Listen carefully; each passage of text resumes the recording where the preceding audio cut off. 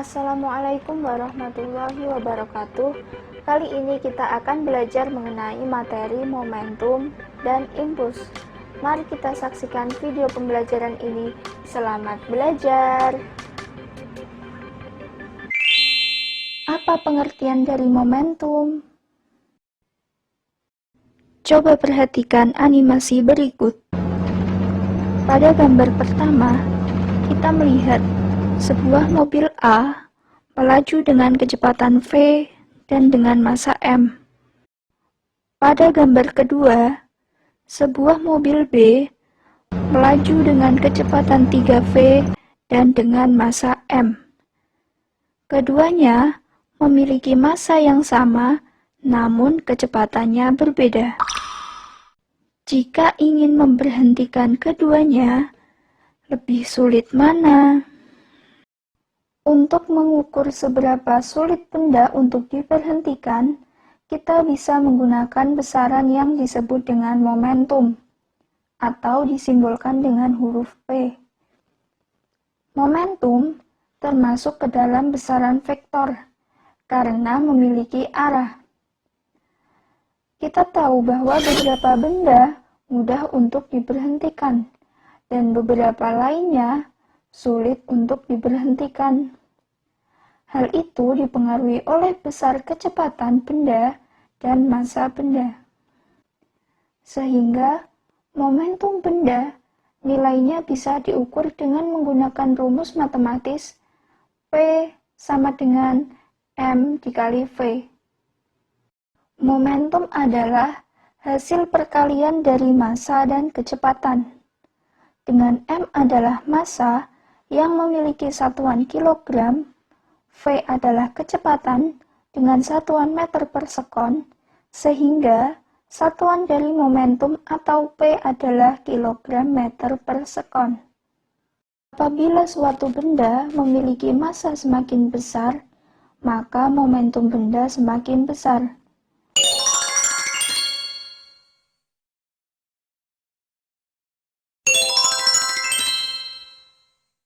Apabila suatu benda memiliki massa semakin kecil, maka momentum benda semakin kecil pula.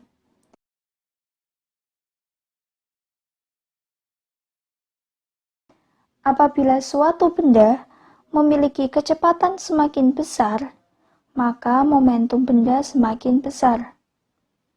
Apabila suatu benda memiliki kecepatan semakin kecil, maka momentum benda semakin kecil pula.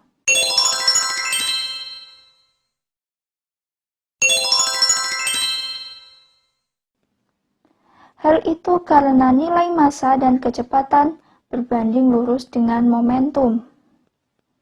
Jadi, jika ingin memberhentikan mobil A dan mobil B, lebih sulit mana? Jawabannya adalah mobil B. Karena kecepatan mobil B lebih besar dibanding mobil A, maka momentumnya lebih besar mobil B.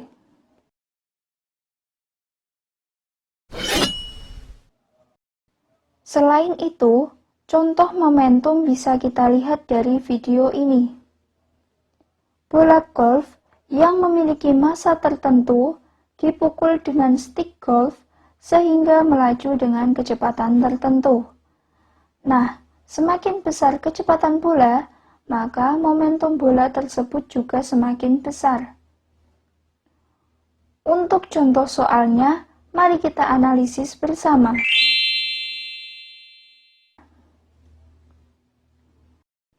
Apabila sebuah bola dengan massa 500 gram meluncur dengan kecepatan 10 meter per sekon di atas lantai yang licin, setelah mengenai tembok, bola berbalik arah dengan kecepatan 6 meter per sekon. Tentukan momentum awal bola, momentum bola setelah mengenai tembok? Yang pertama di sini kita akan mencari nilai momentum awal. Nilai momentum awal bola merupakan hasil kali dari massa dan kecepatan awal, yaitu 0,5 kg dikali 10 meter per sekon, sehingga menjadi 5 kg meter per sekon. Yang kedua, nilai momentum akhir. Nilai momentum akhir bola setelah mengenai tembok merupakan hasil kali dari massa dan kecepatan akhir, yaitu 0,5 kg dikali min 6 meter per sekon, sehingga hasilnya min 3 kg meter per sekon. Min 6 karena arahnya berlawanan. Setelah mempelajari tentang momentum, selanjutnya kita akan belajar mengenai impuls. Apa itu impuls? Coba kita perhatikan animasi berikut. Dari gambar ini, kita melihat seorang laki-laki yang sedang menendang bola agar bola menggelinding. Nah, proses menendang bola inilah yang disebut impuls. Jadi, dari contoh tersebut dapat disimpulkan bahwa impuls adalah gaya yang diberikan pada suatu benda pada selang waktu tertentu. Pada contoh tadi, gaya yang diberikan berupa tendangan kepada bola dalam selang waktu tertentu. Jika momentum disimbolkan dengan huruf P, maka impuls disimbolkan dengan huruf I. Semakin besar tendangan yang diberikan pada bola, maka impulsnya semakin besar. Mengapa demikian? Karena besarnya impuls dipengaruhi oleh besar gaya yang diberikan dan juga lama selang waktunya. Secara matematis, impuls dirumuskan dengan I sama dengan gaya dikalikan dengan selang waktu. Dengan F adalah gaya yang satuannya Newton, delta T selang waktu yang satuannya sekon, sehingga impuls memiliki satuan Newton sekon. Contoh lain impuls adalah video berikut. Kenapa kepala palu dibuat dari bahan yang keras, misalnya besi? Kenapa tidak terbuat dari kayu atau bambu? Palu dibuat dari besi sehingga gaya yang dihasilkan lebih besar. Apabila gaya impuls besar, maka paku yang dipukul dengan palu tertancap dengan lebih dalam. Jadi, apakah hubungan impuls dengan momentum? Jadi, impuls merupakan perubahan dari momentum. Untuk menjabarkan hubungan antara impuls dan perubahan momentum, maka digunakan hukum 2 Newton. F sama dengan M kali A. A adalah percepatan yang memiliki rumus delta V per delta T, dengan delta V-nya adalah V sesudah dikurangi dengan V sebelum, sehingga menjadi F sama dengan M kali delta V dibagi dengan delta T. Apabila delta T dipindah ruaskan, maka menjadi F kali delta T sama dengan M kali delta V.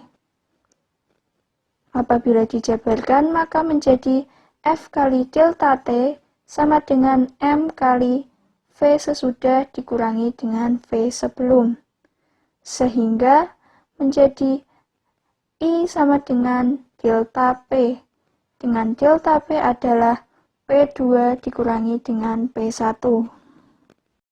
Contoh soal hubungan impuls dan momentum.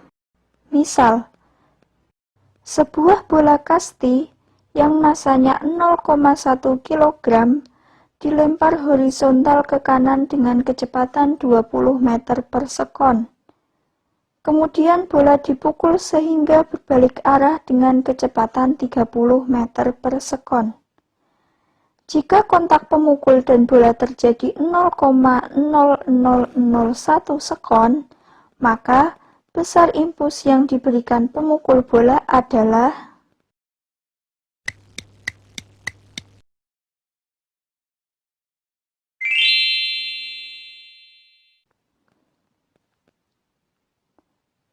rumus hubungan impuls dan momentum yaitu I sama dengan delta P.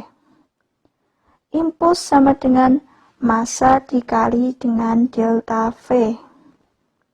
Dengan I sama dengan massa dikali dengan V akhir dikurangi dengan V awal.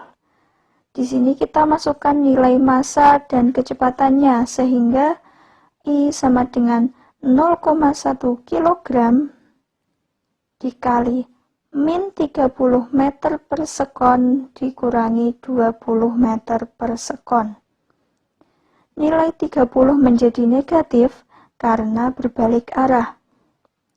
Sehingga I sama dengan 0,1 kg dikali min 50 meter per sekon. Jadi, besar impuls yang diberikan pemukul pada bola kasti adalah 5 Newton sekon dengan arah ke kiri. Semoga bermanfaat. Wassalamualaikum warahmatullahi wabarakatuh.